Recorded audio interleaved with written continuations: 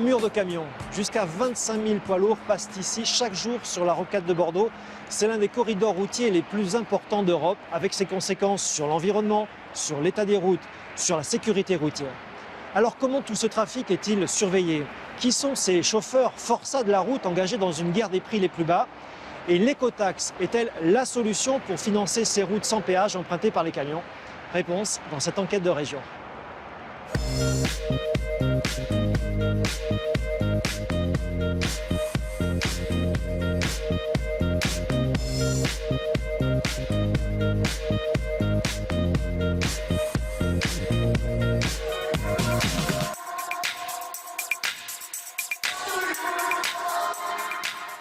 Sur la rocade de Bordeaux, en moyenne, tous les 3 jours, un poids lourd est mis en cause dans un accident. Avec le capitaine Pascal Jansou et les hommes de la CRS autoroutière Aquitaine, nous nous rendons sur une opération de contrôle. Des policiers confrontés, vous le verrez, à un phénomène nouveau, celui de chauffeurs étrangers qui, 24 heures sur 24, traversent l'Europe au volant de leur camionnette. Le thème de cette enquête de région, poids lourds, nos routes sont-elles saturées?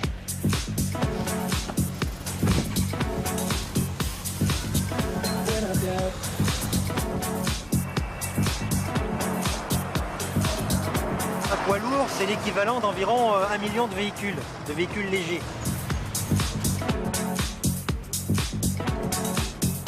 On peut imaginer que ces conducteurs-là sont au volant depuis une douzaine d'heures au minimum et conduisent jusqu'à plus soif.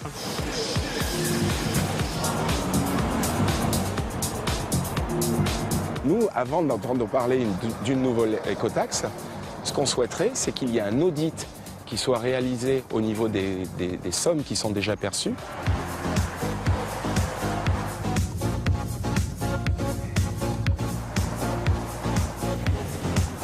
Là, il s'agit d'un transport exceptionnel. En France, on ne peut pas dépasser 2,55 m de largeur. Qui dit transport exceptionnel dit un équipement adéquat. Il lui faut ici un panneau rigide de signalisation, transport exceptionnel, plus gyrophare, plus des plaques carrées signalant ce transport exceptionnel.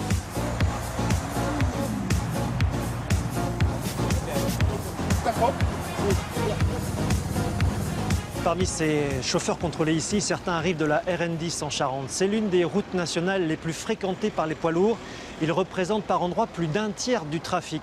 Il faut dire que cet axe, dont le doublement s'achève, est gratuit, mais son entretien coûte très cher à cause justement des camions. Comment la situation est-elle gérée? Qui sont celles et ceux qui vivent et font vivre la RN10? Regardez.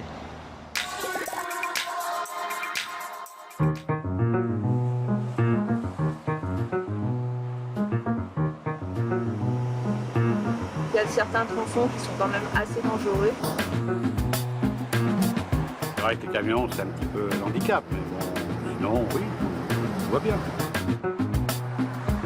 Un petit peu dangereuse à des endroits, ouais. Pourquoi, selon vous? Parce qu'il y a trop de circulation avec les voitures. Avec l'interdiction des doublés, les camions se mettent l'une derrière l'autre. Il y a un camion plus lourd, l'autre, et ça c'est dangereux. Des trains de camions. L'image colle à la peau de la Nationale 10. Le trafic est en constante augmentation. En Charente, ce sont près de 10 000 poids lourds par jour. L'une des fréquentations les plus élevées sur les routes nationales françaises.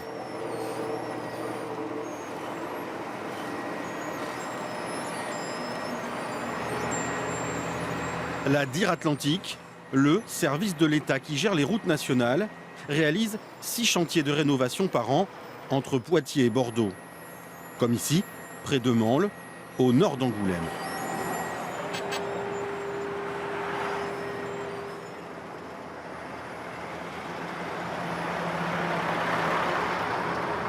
Un poids lourd, c'est l'équivalent d'environ 1 million de véhicules légers.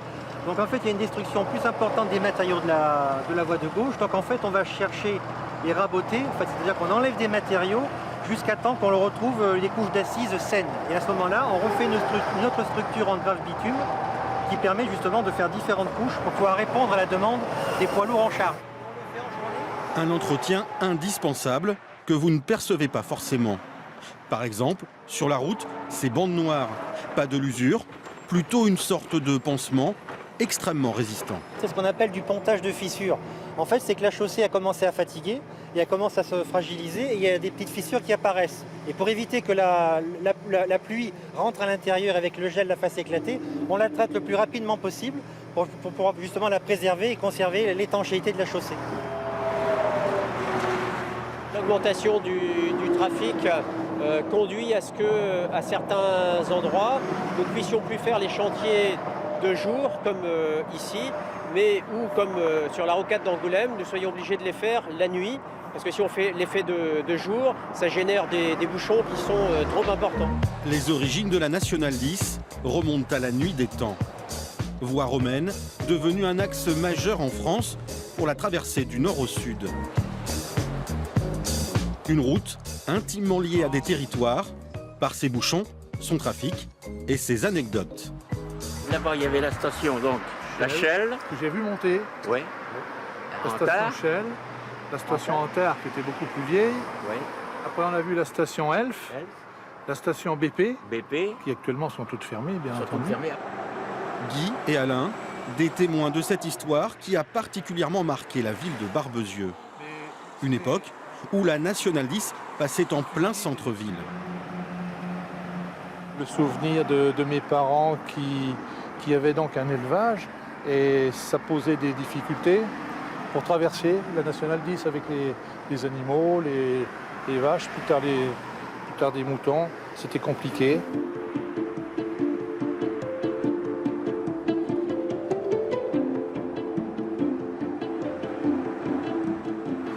Les gens qui circulaient, autrefois c'était l'aventure. Donc ça arrivait assez souvent qu'ils tombaient en panne. Les voitures chauffaient parce qu'ils faisaient beaucoup de kilomètres tout d'un coup. Ça, on se rappelle de ça. 1957, première déviation de Barbezieux. Il faudra attendre 1996 pour la seconde déviation. De très longues années et des souvenirs plus sombres. À l'entrée et à la sortie de la 10, il y avait beaucoup d'accidents. Et dans Barbezieux, ça devenait infernal. C'est pour ça que le maire, il mettait vraiment la pression pour pouvoir avoir la déviation.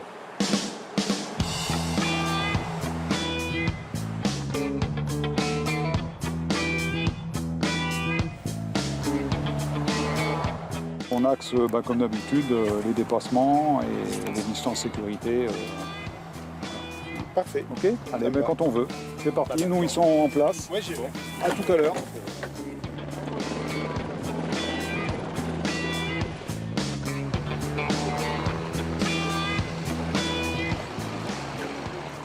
L'avantage d'être en hauteur, c'est qu'on voit plus facilement les infractions se commettre.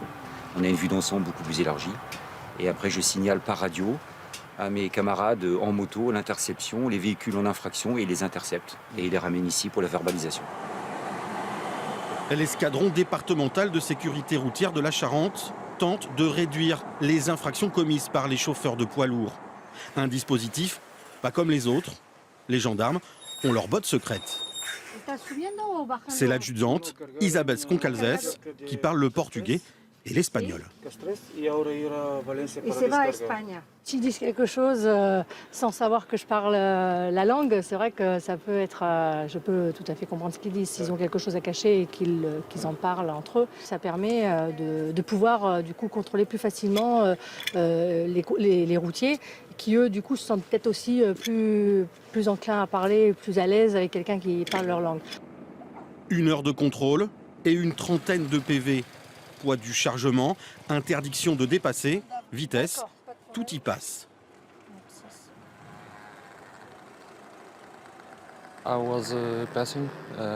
J'étais en train d'effectuer un dépassement et manifestement j'allais un peu trop vite. 100 au lieu de 80 km/h. C'était en dehors des limites. Alors je me suis fait arrêter par la gendarmerie.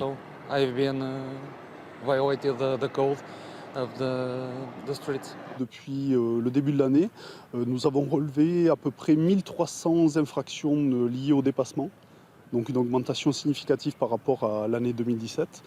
Nous avons relevé 560 surcharges à des poids lourds, une augmentation d'à peu près 30% par rapport à 2017. Et nous avons aussi relevé 560 infractions à des poids lourds qui étaient en stationnement, notamment sur la bande d'arrêt d'urgence. La Nationale 10, c'est aussi toute une économie. Le relais de Barbezieux, une sorte de village devenu en 20 ans une référence pour les professionnels de la route.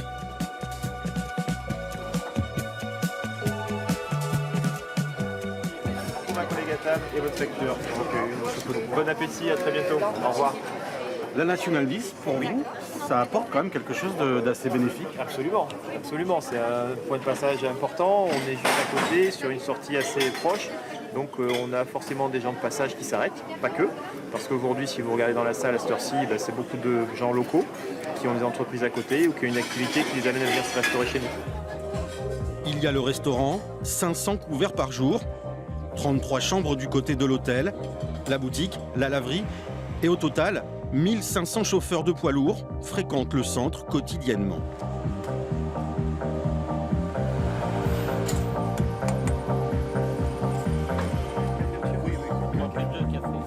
Aujourd'hui, on a de plus en plus de clients des pays de l'Est et parler espagnol ou portugais ne suffit plus. Aujourd'hui, on envisage de faire une formation pour apprendre le russe si possible. Des Polonais, des Italiens, des Bulgares ou encore des Espagnols. Une dizaine de nationalités se croisent et se côtoient. Des chauffeurs qu'il faut contenter dans l'assiette. Le chauffeur routier espagnol, si je propose du poulet à midi, je sais que je peux lui proposer le poulet, c'est ce qu'il va me prendre. Il n'y a aucun souci, c'est quelque chose, quand il n'y en a pas, il nous le demande.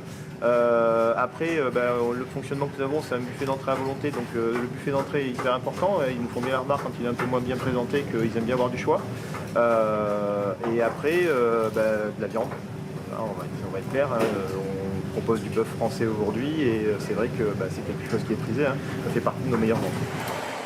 Une ombre au tableau cependant, l'essence. Au centre routier, le directeur constate une baisse de 20% du chiffre d'affaires de la station-service. L'explication est simple, les routiers étrangers ne font plus le plein en France. L'autonomie des véhicules aujourd'hui, ils peuvent traverser la France, Madrid, Bruxelles sans problème, sans faire de carburant. Ils s'arrêtent chez nous éventuellement pour l'additif, parce que l'additif est à un prix qui est encore correct par rapport en Espagne ou dans d'autres pays, mais à 20 centimes d'écart sur le prix du gasoil, à raison de 2 ou 3 pleins par semaine sur des volumes de 600 à 1000 litres, comprenez bien que vous faites vite la différence et que vous faites votre plein là où c'est le plus intéressant économiquement pour l'entreprise.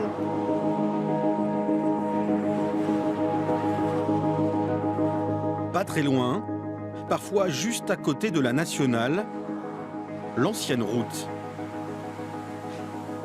Imaginez, il y a encore quelques mois ici, 25 000 véhicules par jour. Depuis, la route a été transformée, les camions ont disparu.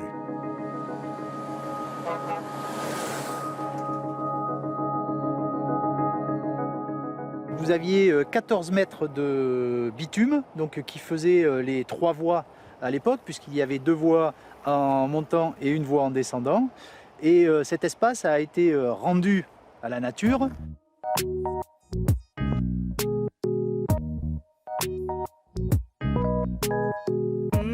Aujourd'hui, ça fait partie de la charte environnementale d'aménagement des infrastructures. C'est de se soucier des anciens tracés et des délaissés pour, premièrement, rendre naturels les espaces qui doivent l'être, parce qu'aujourd'hui, il n'y a plus aucune justification à laisser 3 voies de circulation sur cette voie secondaire. Et le deuxième élément, qui est non négligeable dans le cycle d'économie circulaire, c'est de récupérer les matériaux de l'ancienne chaussée qui peuvent alimenter la construction d'une chaussée nouvelle. L'avenir se déroule ici, à Chevanceau, en Charente-Maritime, sur 4 km, les derniers. Un chantier à 85 millions d'euros qui finalise la mise à 2 fois 2 voies. Un chantier qu'il a fallu organiser au maximum. Il n'est pas question d'interrompre la circulation, c'est pour ça que vous apercevez une petite voie qui servira de déviation provisoire. Il faut s'arracher un petit peu les cheveux pour fabriquer tout ça. Il faut s'arracher les cheveux, effectivement, c'est pour ça que j'en ai plus beaucoup. Et il faut surtout imaginer la meilleure solution, anticiper tous les problèmes de météo, les problèmes, viser à tout moment la sécurité des usagers et du personnel du chantier.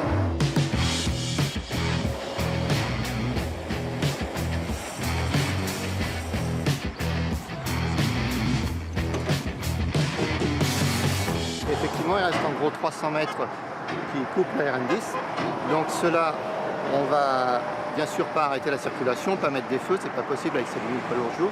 On va utiliser une petite voie provisoire qu'on a créée à côté pour dévier la circulation dans des conditions de sécurité qu'on estime adaptées. Et pendant ce temps-là, pendant quelques semaines, effectivement, on construira le tronçon. Avec près de 10 000 poids lourds par jour et une hausse constante du trafic, les ingénieurs de l'ADIR jouent la prévoyance. Ici, quand on construit la chaussée neuve, d'emblée, on la dimensionne pour que pendant 30 ans, on n'ait pas de problème structurel, on va dire. Il faudra juste refaire la couche de roulement de temps en temps. Au-delà de 30 ans, il commencera à y avoir des petits désordres qu'on entretenir, on saura comment les entretenir. Grâce à ces ultimes travaux de modernisation, la Nationale 10 est devenue en quelque sorte une autoroute gratuite, limitée à 110 km/h pour les voitures, avec une conséquence, l'accroissement pour de longues années de sa capacité d'absorption, une augmentation potentielle du trafic. Au début de l'été prochain, l'ensemble de cet axe incontournable s'empruntera désormais en 4 voies intégrales. Après la Nationale 10, la rocade de Bordeaux est un passage obligé pour les routiers qui traversent l'Europe vers l'Espagne. Le trafic poids lourd très dense ici représente jusqu'à 20% du trafic global de cette rocade. L'un des secteurs les plus dangereux est cette descente de Floirac, un virage serré en forte pente qui est sous la haute surveillance de la CRS autoroutière Aquitaine, une unité d'une centaine de fonctionnaires qui veillent sur tout le réseau autour de Bordeaux. Ils surveillent notamment le trafic via un drone pour déceler les comportements dangereux de certains routiers.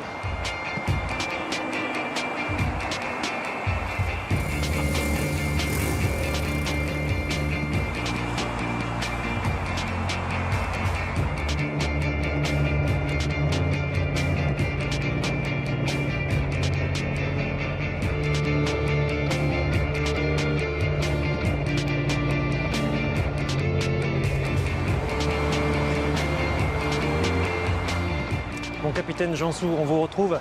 Expliquez-nous concrètement à quoi vous sert ce drone, une innovation pour les contrôles sur cette zone. Le drone permet d'avoir un point haut, de manière à mieux surveiller donc, le flot de circulation et de constater des infractions propres, la plupart du temps au poids lourd, à savoir le non-respect des distances de sécurité et les dépassements interdits, particulièrement sur la descente de Bouliac. Parce que celle-ci est vraiment dangereuse. Donc c'est une descente à près de 6%, extrêmement dangereuse. La crainte que l'on a toujours, c'est d'avoir un poids lourd qui roule trop vite, puisque la limitation de vitesse pour les poids lourds est à 70 km/h sur la descente de Bouliac. Et imaginez le pire avec une traversée du terre-plein central et un accident avec les véhicules qui arrivent en contresens. On contrôle tout camion qui commet une infraction sur le territoire français. Mais les étrangers sont-ils plus imprudents que les transporteurs français qui ont pris peut-être des bonnes manières? On a souvent des conducteurs étrangers qui se permettent certaines choses qui ne se permettraient pas peut-être chez eux, effectivement. Est-ce que les amendes que vous mettez sont suffisamment dissuasives? Ce sont des amendes qui sont prévues par le code de la route. La plupart du temps, sur des comportements dangereux, nous avons des infractions à 90 €, avec quelquefois donc l'engagement de points, quand le permis est français bien entendu, et qu'on arrive souvent à plusieurs milliers d'euros. En grande partie, bien entendu, par rapport au non-respect de la réglementation sociale européenne. Donc je dirais que normalement, ce sont des infractions qui doivent être dissuasives pour les conducteurs routiers. Une dernière question, on voit ces de gros moyens qui sont mis en place à chaque fois pour les contrôles, mais il y a des centaines de camions qui passent pendant que vous faites un contrôle. C'est presque mission impossible. On est obligé de prendre du temps sur un poids lourd. Pour la simple et bonne raison, c'est que si l'on s'en tient uniquement à une amende pour un comportement dangereux comme un non-respect des distances de sécurité, qu'on ne vérifie pas les données en matière de réglementation sociale européenne et que dans les 10 minutes qui suivent, ce poids lourd a un accident, on nous reprochera toujours de ne pas avoir pris le temps de faire au moins un contrôle à minima de la réglementation sociale européenne. La dissuasion est importante, le drone fait partie de ces moyens-là, un petit moyen aérien qui est quasiment invisible. Et tous les conducteurs poids lourds européens connaissent bien la descente de Bouliac et savent pertinemment que l'unité autoroutière CRS ici à Bordeaux est tous les jours donc, sur cette descente de Bouliac. Bon, merci capitaine, on vous retrouvera un peu plus tard sur un autre contrôle. Autre route où la hausse du trafic poids lourd inquiète, c'est la RN 134 dans les Pyrénées-Atlantiques. Cet axe relie France et Espagne, il est emprunté par les transporteurs par souci d'économie et de gain de temps. Toujours plus de camions aux grandes dames des habitants, mais vous allez voir que la contre-attaque s'organise de part et d'autre de la frontière pour éviter que cette route de montagne devienne un torrent de camions. En Vallée d'Aspe, le flux de camions gâche la vie de nombreux habitants. Depuis sa maison, sur les hauteurs d'Urdos, Lionel Garay est aux premières loges. Allez, et c'est reparti. Il vit ici depuis 3 ans, mais le trafic n'a jamais été aussi intense. Il y en a de plus en plus. Ça n'arrête pas, regardez, encore un. Et ça fait quoi? Ça fait 30 secondes. Et là, depuis le mois de février, au niveau poids lourd, ça a explosé, quoi. Je vous dis, on a doublé, voire triplé le volume. La mise en place d'une écotaxe au Pays Basque espagnol a notamment dévié nombre de camions vers la RN 134 pour le trafic international. Lionel a décidé de partager ses frayeurs quotidiennes au volant sur Internet. Il a donc équipé sa voiture d'une caméra qui filme tous ses déplacements lorsque lui ou sa femme vont en Valais. Les vidéos témoignent du danger permanent sur cette route. On sort du virage et on se trouve nez à nez, encore heureux qu'il y a les freins sur la voiture, parce que sinon... Il arrive un moment où on en a marre de parler avec les gens, de leur dire ce qui se passe sur la route, on nous croit pas, donc maintenant je le filme et je montre vraiment que ce que je dis, c'est vrai, quoi.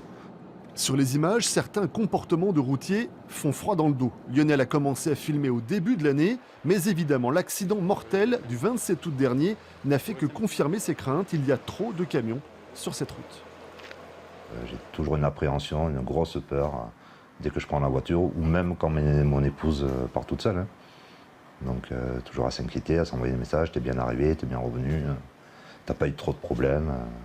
Au quotidien, la peur de prendre la route. Une inquiétude partagée par de nombreux habitants de la vallée. Ils ont multiplié les actions depuis quelques semaines en bloquant notamment la RN 134 à plusieurs reprises. Le trafic a triplé depuis que le péage a augmenté côté Pays Basque, donc c'est aberrant, quoi. Tout le monde sait que cette route elle est dangereuse et faire passer des camions ici, c'est de l'incohérence totale. Certains chauffeurs, les premiers concernés, comprennent ce ras-le-bol en Vallée d'Aspe. Moi non plus, ça me plaît pas du tout. La route est vraiment très étroite, elle n'est absolument pas faite pour les camions. Je comprends très bien que les gens soient excédés. La Vallée d'Aspe étouffe peu à peu sous les camions et l'évolution du trafic est plutôt inquiétante pour ses habitants. Car de l'autre côté des Pyrénées, à Jaca, on attend encore davantage de poids lourds. Un contournement est prévu ici, au nord de la ville. Il reliera les axes majeurs depuis Pampelune et Saragosse. La résistance s'organise, une association locale s'oppose au projet. Ces militants sont inquiets pour leur ville, mais également pour l'augmentation du nombre de camions attirés par le passage vers la France et la Vallée d'Aspe. Comme ce sera une autoroute gratuite, le trafic va forcément augmenter ici, mais également vers la Vallée d'Aspe et le Canfranc. Tout sera plus facile pour les camions qui gagneront du temps en passant par cette zone. L'accident du mois d'août a été terrible. Nous sommes très touchés, d'autant que le chauffeur était originaire de Jaca. Tout ça pour des raisons économiques. Tant que les entreprises auront intérêt à passer par le tunnel du Somport et la Vallée d'Aspe, elles le feront. Les pistes de travail ne manquent pas. Interdire le passage des matières dangereuses, miser sur le ferroutage à terme, élargir la route ou encore mettre en service le portique écotaxe d'Etsot, toujours en place. Un débat passionné et complexe. Pendant ce temps, les camions sont toujours plus nombreux sur la RN 134. Le retour ou pas de l'écotaxe, on en parlera tout à l'heure avec un représentant de la Fédération nationale des transports routiers. De retour en bord de rocade à Bordeaux pour la suite de cette enquête de région sur les poids lourds, nos routes sont-elles saturées? Il y a un phénomène nouveau qui inquiète les autorités, c'est celui de camionnettes conduites par des étrangers qui traversent l'Europe entière et qui échappent à la législation européenne des poids lourds. Les conditions de travail des chauffeurs font parfois froid dans le dos, on va en parler. Vous avez 300 kilos en plus. C'est pas bon.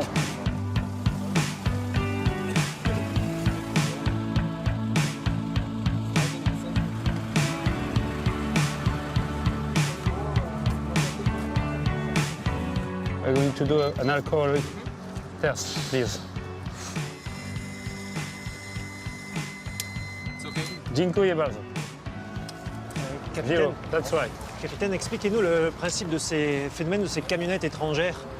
Alors le phénomène de ces camionnettes étrangères est très simple. Afin d'échapper à la réglementation sociale européenne et de pouvoir rouler sans les limites qui sont prévues par la réglementation sociale européenne. Pour les poids lourds? Pour les poids lourds, vous avez de nombreuses entreprises qui utilisent justement ces petits véhicules. Et à partir de là, on ne peut pas prouver que ce conducteur roule peut-être depuis ce matin 3 heures. Qu'il a traversé l'Europe? Traversé l'Europe, on ne peut rien savoir. Il est comme vous, comme moi, à bord de son véhicule personnel. Il n'est pas soumis à la RSE et c'est vraiment le gros problème que nous rencontrons depuis maintenant 2-3 années, où forcément il y a une faille un petit peu dans notre législation. La RSE, elle est pour les poids lourds et à partir de là, on contourne cette RSE par l'emploi de ces camionnettes. Ça veut dire que 10 camionnettes, celle-là peut transporter l'équivalent d'un poids lourd, mais sans la législation poids lourd. Sans la législation, avec la durée de conduite de 4h30, avec 45 minutes de pause, etc. Sans dépasser 9 heures. Parce qu'il y a un vide juridique, comment vous faites? La seule chose que l'on peut faire, c'est intercepter effectivement ces véhicules. Et le peser. Et le peser, voilà. C'est souvent par la surcharge qu'on va pouvoir sanctionner ces véhicules-là. Ou bien en faisant un dépistage, comme on vient de le voir, dépistage alcool ou dépistage de stupes préventifs. Bon, capitaine Jansou, en quoi c'est inquiétant ce phénomène des camionnettes étrangères? Eh bien, on assiste justement à ce développement de camionnettes qui viennent d'Europe de l'Est la plupart du temps. Et des conditions de travail ubuesques parfois, c'est presque de l'esclavage moderne? Disons que oui, on est sur des durées qu'on ne peut pas connaître parce qu'on n'a pas les moyens de justement estimer ces durées de conduite. Mais on peut imaginer que ces conducteurs-là sont au volant depuis une douzaine d'heures au minimum et conduisent jusqu'à plus soif. Ouais. Alors, toutes ces camionnettes, ça ne va pas ranger la circulation, notamment de la rocade ou dans la région. Vous l'avez senti, cette hausse du trafic, depuis les années de travail ici? Ça fait environ une dizaine d'années, oui, effectivement. Il y a une dizaine d'années, on est à peu près sur une moyenne journalière annuelle de 9000 poids lourds jour. On a dépassé aujourd'hui allègrement les 20 000 sur certaines parties de la rocade.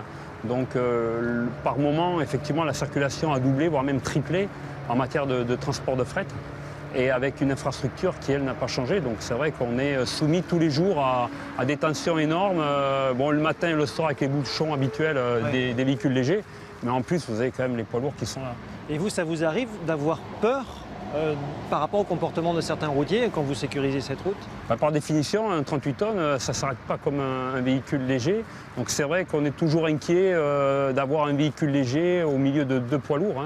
Il nous est arrivé souvent d'avoir des accidents graves sur la 63 dans le sens Bayonne-Bordeaux, autour de Cestas, avec malheureusement parfois des accidents mortels et toujours le même scénario, un coup de frein brusque, un conducteur routier qui ne regarde pas la route, qui regarde son téléphone et qui freine au dernier moment, et un véhicule léger qui se trouve pris en sandwich entre deux 38 tonnes, oui, ça arrive. On stigmatise là les mauvais routiers, mais il y a quand même des bons routiers. Il y a de très bons routiers. Il faudrait se rappeler des années 70-80 où on disait que les routiers étaient des gens sympas. Alors on a des routiers sympas, on a des vrais professionnels de la route, on a des entreprises sérieuses qui ont une vraie déontologie, qui respectent une vraie charte, donc qui s'engagent vraiment dans ce sens-là, et avec qui nous travaillons habituellement dans le cadre des actions de prévention que nous menons auprès de leurs conducteurs. Donc oui, des conducteurs sérieux, il y en a, des entreprises sérieuses, il y en a, et malheureusement, il y a le comportement de certains qui jettent l'opprobre sur l'image de la profession qui est loin d'être ça. On vous verra d'ailleurs tout à l'heure dans un reportage sur une opération de sensibilisation de futurs chauffeurs. Merci capitaine. Alors on vient de le voir, la concurrence internationale, loyale ou pas, est forte pour les entreprises du transport français. À cela s'ajoutent les contraintes de la législation, la surcharge des taxes, la course contre le temps. Comment s'en sortent les entreprises de transport français? Pour le savoir, nous sommes allés à la rencontre d'un patron routier de Limoges. Il s'appelle Éric Daly. Il gère sa dizaine de camions en plus de son marathon des livraisons en France. Une vie difficile est-elle rentable? Regardez.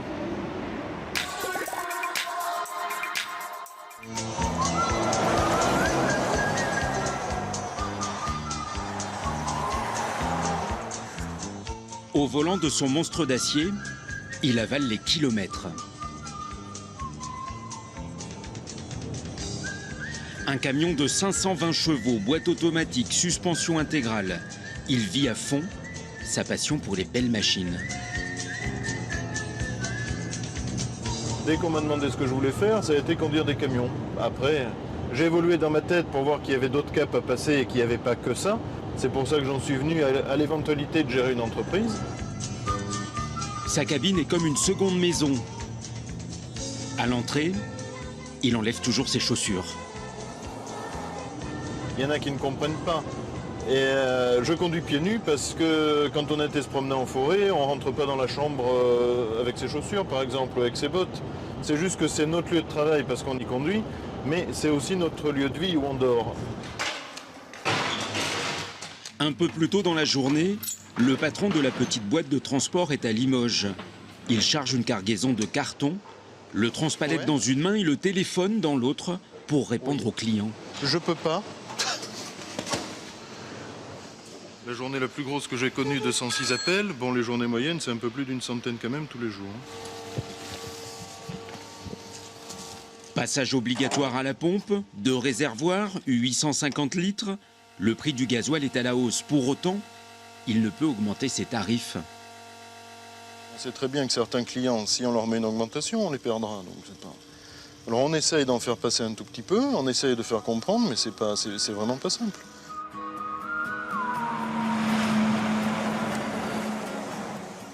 Il est 20h. Après Montluçon, Eric rejoint la route Centre-Europe-Atlantique, l'un des axes les plus dangereux de France.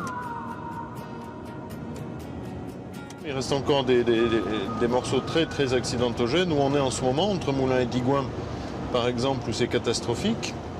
C'est vers 4 h du matin que ce bus transportant 32 voyageurs portugais quitte brutalement la chaussée. Bilan provisoire, 4 morts et 3 blessés graves, parmi eux un bébé transporté d'urgence à l'hôpital. C'est une nationale à 2 voies, donc l'étroitesse d'une nationale à 2 voies, avec un aménagement très limité sur les bas-côtés s'il y a besoin de se garer.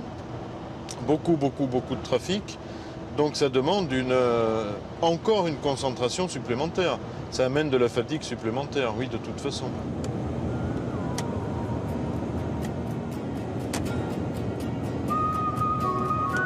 Après 3 heures de route, arrivé en Saône-et-Loire pour passer la nuit, sur ce genre de parking, les vols de gasoil ou de marchandises sont fréquents. Les bouchons de réservoir sont accessibles très facilement. Bon, cela ferme à clé, mais il n'y a rien de plus facile pour les faire sauter. L'arrière, les portes sont accessibles. Les bâches, bon, celle-ci n'est pas anti-effraction. On la coupe, on ouvre, on tend le bras, on prend ce qu'il y a dedans. S'ils ne trouvent pas les personnes, c'est injustifiable. Une assurance ne vous rembourse pas le gasoil qu'on vous a volé, puisqu'il n'y a rien. On ne peut pas prouver la quantité partie exactement, donc on n'a rien. Dans ce restaurant routier, il a ses habitudes. Eric retrouve Mathias, l'un de ses associés dans l'entreprise. On se retrouve toujours dans les routiers. Plus dans les restaurants routiers comme ici traditionnels. Les centres routiers, c'est un peu moins personnel. Un centre routier, c'est une usine. Là, c'est familial. Il y a ce côté familial, il y a ce côté de tout ce que les restos routiers ont été depuis qu'ils existent. On le retrouve encore ici, mais c'est de plus en plus rare, ça se perd. Ah oui. Bonne nuit. Bonne nuit. À 38 ans, il est célibataire, sans enfant.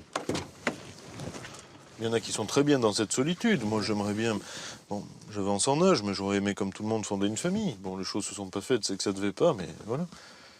Faut pas dire pesant, mais il faut vivre avec. 80% du personnel de l'entreprise a eu des problèmes de couple à un moment ou à un autre. Les choses s'arrangent ou se dérangent, mais à un moment ou à un autre dans leur vie, un chauffeur routier, c'est très compliqué de faire une vie complète avec la même femme.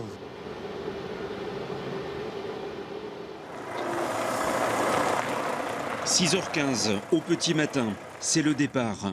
Depuis juillet dernier, les voitures ne peuvent dépasser 80 km/h et derrière, les routiers perdent du temps.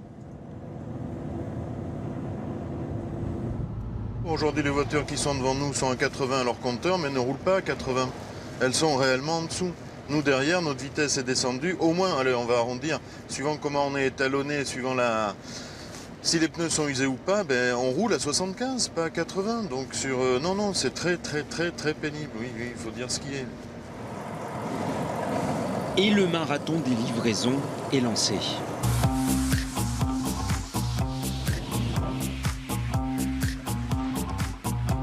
250 km dans la matinée, tout en planifiant les livraisons du lendemain. » Bonjour monsieur. Ça va?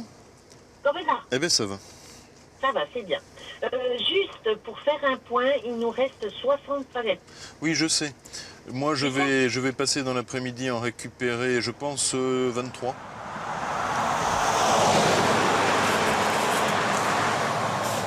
Eric gère une dizaine de chauffeurs.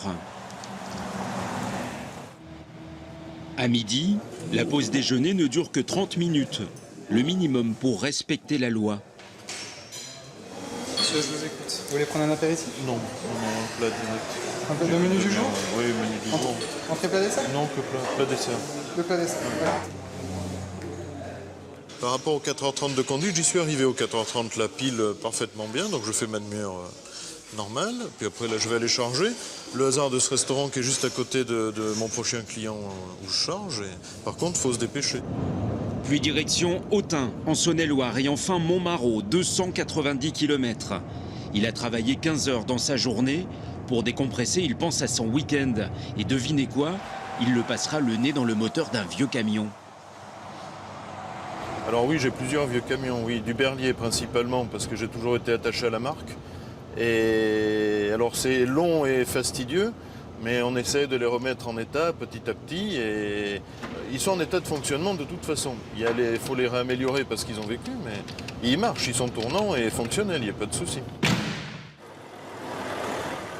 Le lendemain, c'est le retour à Limoges et l'heure du bilan.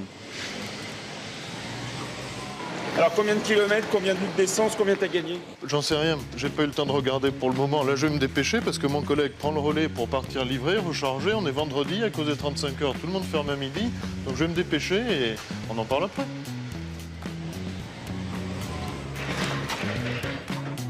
Cette semaine-là, la tournée d'Eric en Bourgogne-Franche-Comté a généré 1 500 € de chiffre d'affaires pour 18 heures de conduite et plus de 1000 km parcourus.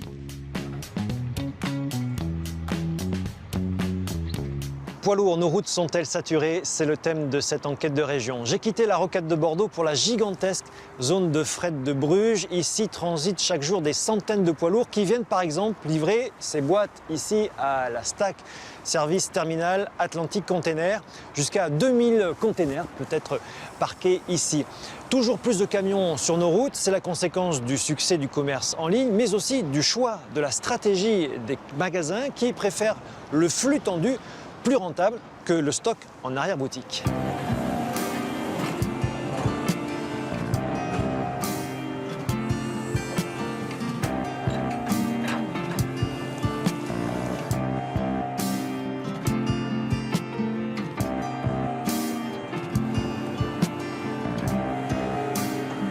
Bonjour Jérôme Bessières. Bonjour. Merci de nous avoir rejoints. Vous représentez dans la région la Fédération nationale des transports routiers, la FNTR, première organisation professionnelle du transport routier. Alors avant de parler de l'éventuel retour d'une écotaxe, on parle de ce secteur des transports. Comment se porte selon vous ce secteur en France ? Alors, si vous voulez, le secteur du transport est le parfait reflet de l'activité économique. On a l'habitude de dire que quand le bâtiment va, tout va. C'est d'autant plus vrai du transport, puisqu'aujourd'hui, les marchandises ne sont plus dans les stocks, dans les magasins, ils sont sur la route, dans les camions. Donc, on est tout simplement en adéquation avec la reprise ou pas de l'activité économique. Et là, en ce moment ? En ce moment, ça va plutôt mieux, à ceci près qu'on a un petit peu de mal à trouver les conducteurs pour pouvoir acheminer la marchandise qui est transportée dans les véhicules. On le verra tout à l'heure. Alors, l'un des problèmes aujourd'hui pour les transporteurs routiers français, c'est la concurrence parfois déloyale européenne. Comment protéger les entreprises françaises ? Alors, vous avez raison d'insister sur le parfois déloyal, parce qu'il y a effectivement deux types de concurrence. La dite loyale, qui va respecter les réglementations, mais qui reste quand même relativement problématique. Et effectivement, il y a l'aspect concurrence déloyale, avec là des pratiques qui sont de plus en plus exotiques et difficiles à relever. Pour autant, nous protéger de la concurrence et aller aussi à l'encontre de l'offre, du principe de l'offre et de la demande. Alors oui, mais à ceci près qu'on joue un petit peu au même jeu, le transport routier, sur le même terrain, à savoir l'Union européenne, mais pas avec les mêmes règles.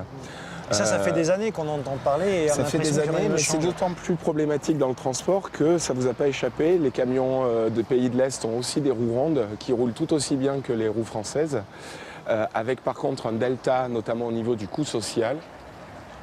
Le secteur des transports en Nouvelle-Aquitaine représente 81 000 salariés selon l'INSEE, un chiffre en constante évolution ces dernières années. Le problème, c'est que le secteur peine à embaucher. Il y a des milliers de postes à pourvoir en France. Alors, comment se fait le recrutement ? Comment se fait la formation de ces futurs chauffeurs et qui sont ces candidats à une vie de routier? Pour le savoir, nous sommes allés dans un centre de formation ici en Gironde. Regardez.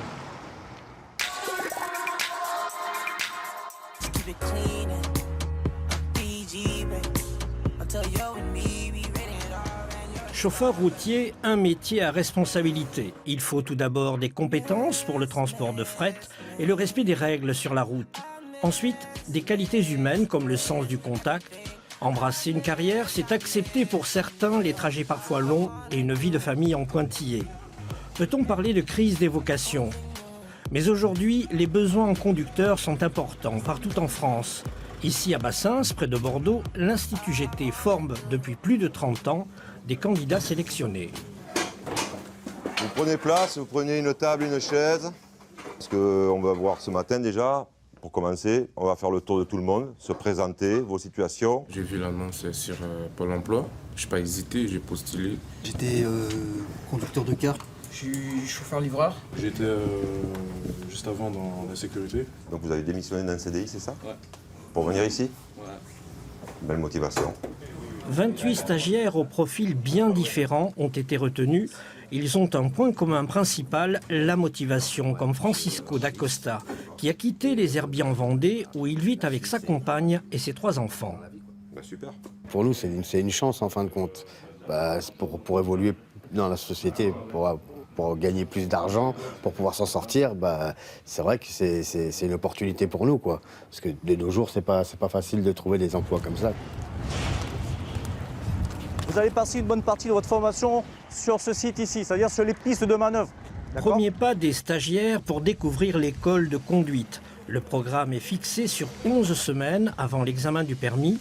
Maxence, lui, est l'un des plus jeunes, 22 ans. Il vient de Nainville-les-Roches, dans l'Essonne. Mon objectif, c'est d'avoir le poids lourd, être chauffeur poids lourd et plus tard encore le super lourd. Moi, je ne me vois pas travailler autre part que derrière un camion. Je ne peux pas rester enfermé dans une usine ou derrière un bureau, derrière un PC. Il faut que je sois toujours en mouvement. L'école du conducteur demande de l'engagement au candidat. Mais l'esprit de la formation doit garder ses lettres de noblesse. On est quand même à une 112e promotion, on arrive presque aux 1000 conducteurs formés. Et l'intérêt et la motivation pour certains qui changent complètement d'horizon fait que la formation leur laisse un peu d'autonomie. Pour certains qui travaillent en entreprise, à la chaîne, ou d'autres travails un peu plus contraignants. Je peux dépasser plusieurs camions à suivre. Oui, réponse A. Dès le premier jour, les stagiaires sont plongés dans le cœur de la formation, le permis poids lourd et la sécurité routière, avec une série de 40 questions relatives au code. J'ai fait 9 fautes, je trouve que c'est correct. Au bout de... Ça fait 3-4 ans que j'ai le permis, donc ça va. En tout cas, le code de la route, ça me fait pas peur. J'ai passé il y a maintenant 11 ans, avec les nouvelles normes et tout ça, c'est vraiment plus compliqué, ouais, carrément. Ouais. C'est dur. Mais avec de l'entraînement, on va y arriver. Messieurs, bonjour. L'école du conducteur a eu la bonne idée d'inviter la CRS autoroutière. Des cas concrets sont abordés au plus près de la réalité. Et ça arrive très vite. Et là, ça arrive trop vite. Et voilà. Alors le monsieur, à mon avis, il est au téléphone. Les images chocs sont expliquées aux stagiaires, considérés déjà comme des professionnels de la route. Dans la foulée, une mise en situation en extérieur est organisée autour d'un contrôle routier. La police qui va procéder au contrôle. Allez, c'est parti. Coupez le contact, bonjour, coupez le contact. 2 volontaires s'impliquent dans un jeu de rôle. Là, est-ce que tu crois que déjà on s'y prendra pas mieux? Ah oui. Ah, c'est déjà plus reposant pour tout le monde. À partir de là, tu verras déjà le contrôle sera plus tranquille parce que tu vas moins crier. Par quoi tu commences? Bon, déjà, on va commencer par la carte grise. D'accord. Je pense que la carte grise et le chauffeur et le véhicule. Permis, on va commencer par le permis. Alors. Voilà. Donc, les stagiaires ont l'obligation de se concentrer, une pédagogie préventive pour leur signifier que le permis de conduire représente le permis de travailler. On va un petit peu fort peut-être, mais dans le sens de leur montrer vraiment la réalité des choses, marquer les esprits et vraiment leur faire comprendre que des comportements dangereux comme la vitesse, le non-respect sans sécurité, la consommation d'alcool, la consommation de stupéfiants, sont des choses qui sont totalement incompatibles avec leur pratique professionnelle.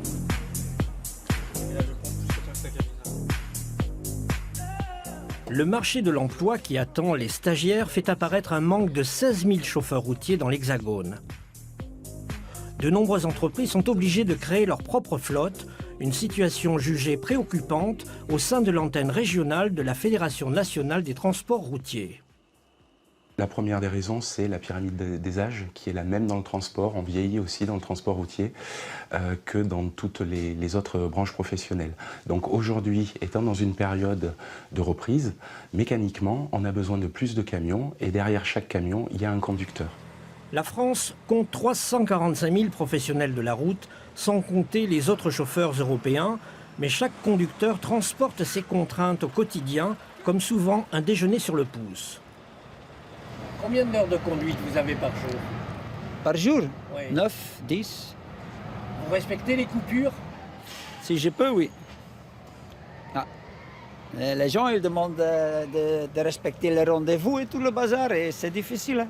Après, il y a respecter la législation du transport avec les temps d'arrêt, les journées à ne pas dépasser. Il y a beaucoup de choses à calculer maintenant qui viennent être compliquées. Il y a beaucoup de concurrence déloyale, beaucoup de main-d'œuvre bon marché.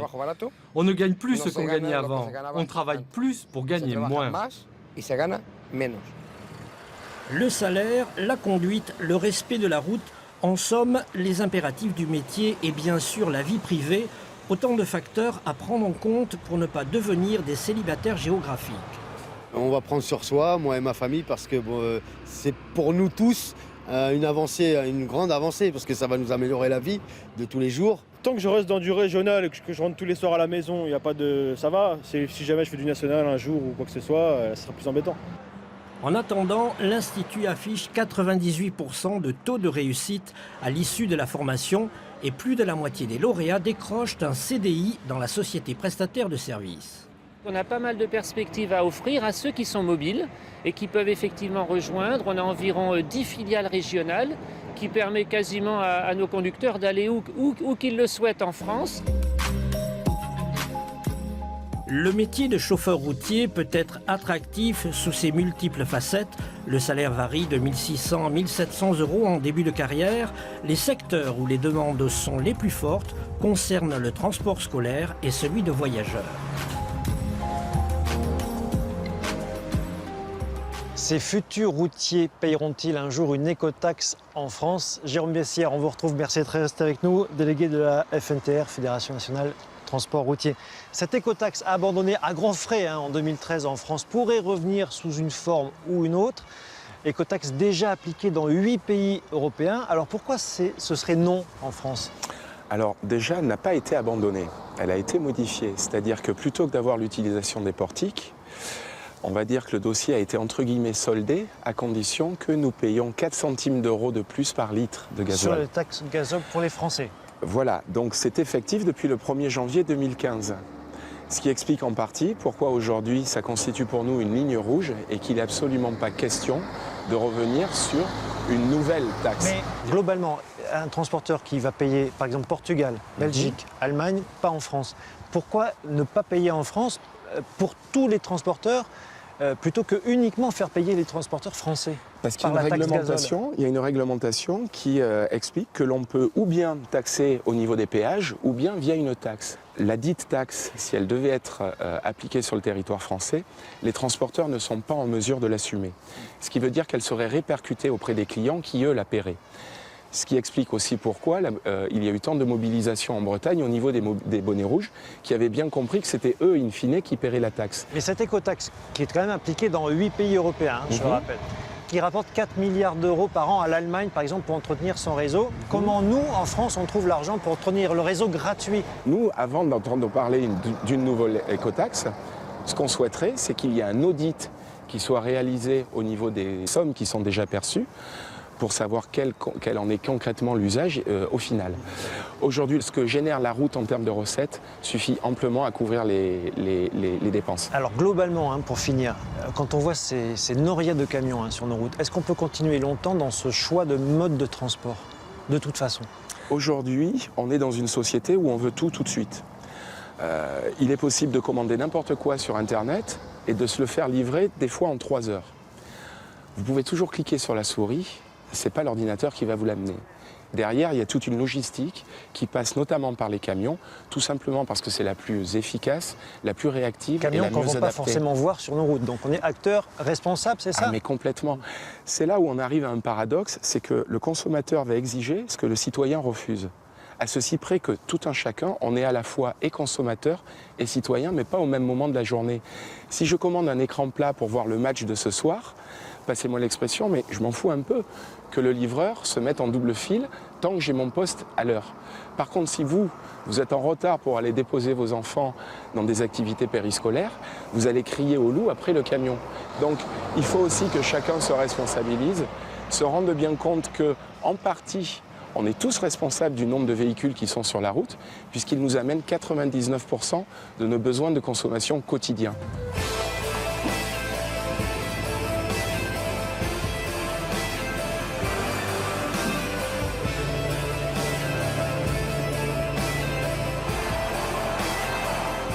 Ces milliers de camions chaque jour sur les routes de Nouvelle-Aquitaine révèlent aussi l'échec du ferroutage. En France, aujourd'hui, seulement 2% des marchandises sont transportées par voie ferrée. Alors ira-t-on jusqu'à la paralysie du réseau routier?